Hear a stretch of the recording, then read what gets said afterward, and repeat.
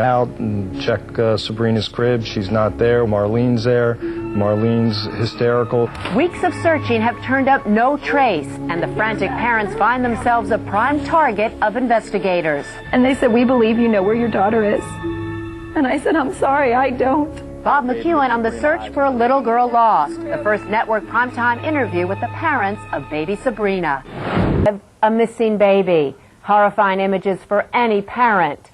It is the nightmare that one Tampa family says it awoke to and has been living with for nearly 2 months.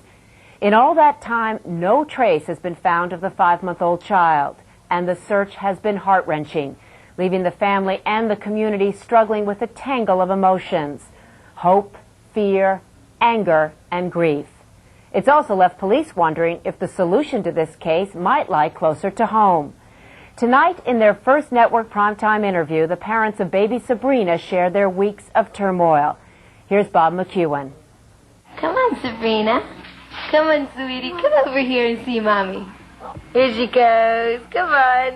Right when Marlene got pregnant, she goes, "I'm so ready for this baby," because I look at pictures of our family and I think we're not complete yet. So when Sabrina came along, Sabrina completed that picture of our family. She made our family whole.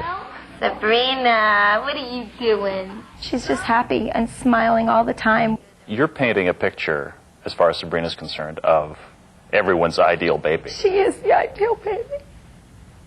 She is, and somebody out there knows that.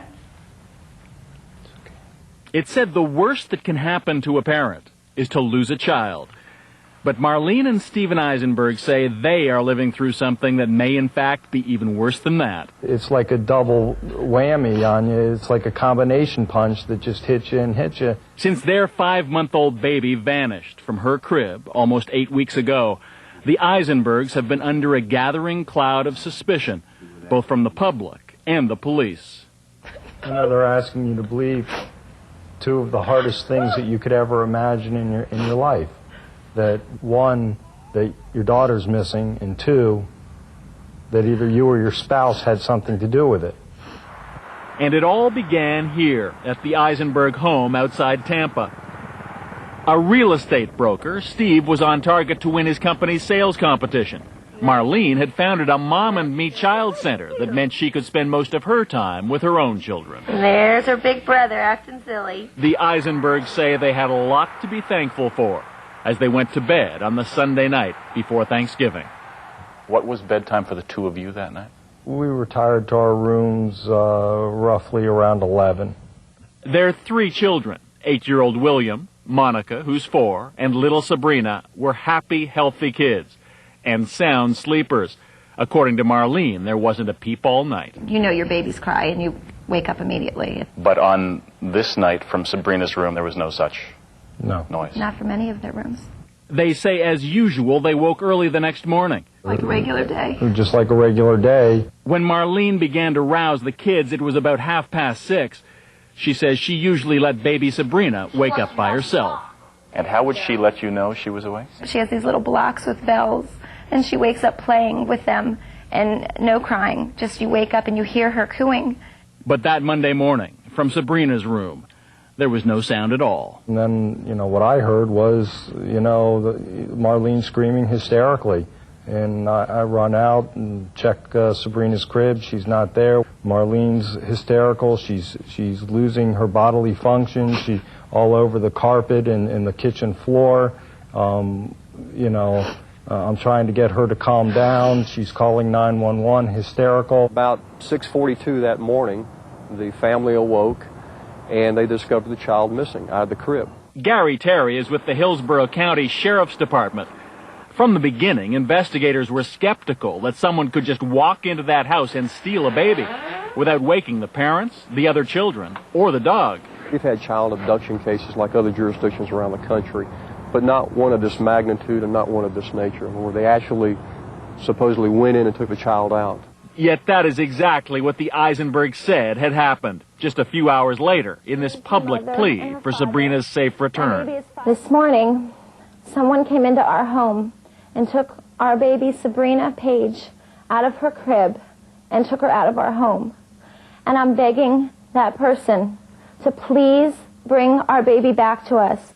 you videotaped a statement begging for the return of your child. Whose idea was that? The police.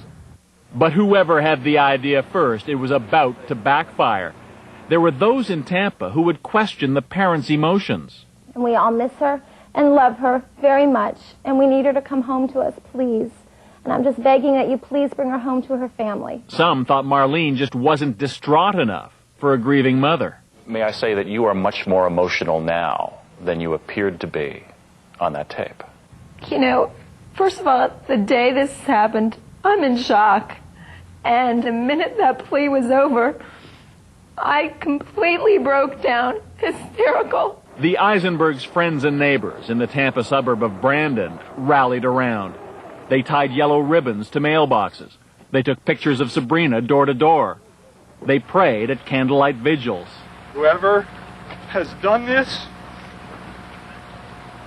please bring Sabrina home. But there was also increasing scrutiny. Police removed bags of evidence from their home. The family's cars were towed after being dusted for fingerprints.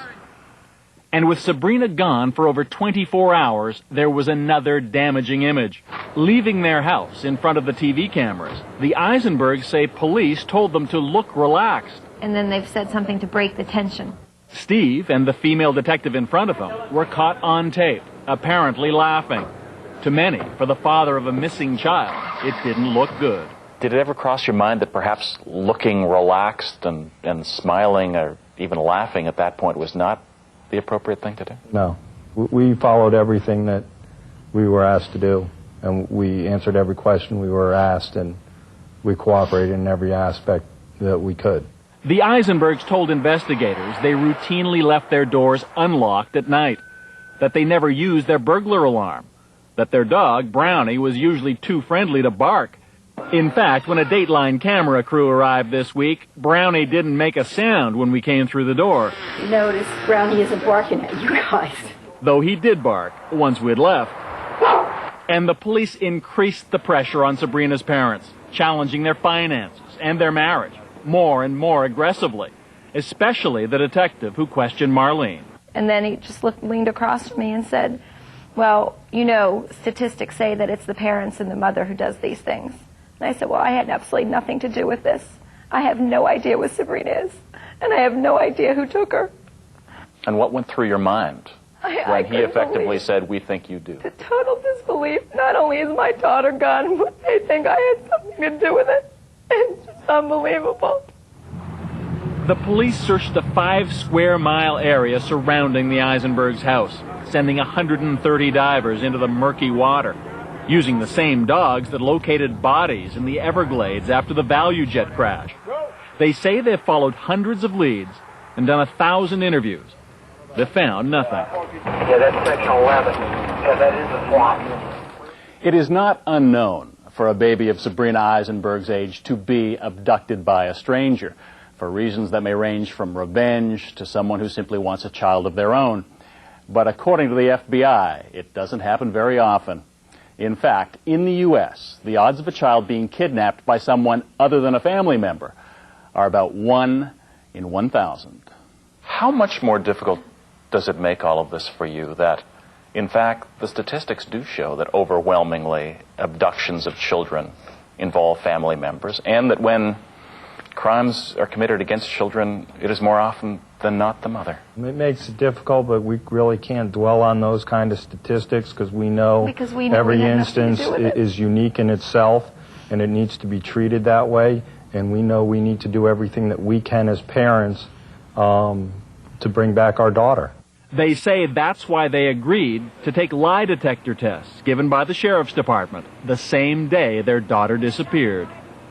Steve says he passed, but that Marlene's result was inconclusive. And they said that they were a little concerned that Marlene's were inconclusive, but that was understandable because of the amount of stress she was probably under. Then, just a day later, his wife was asked to take a second test.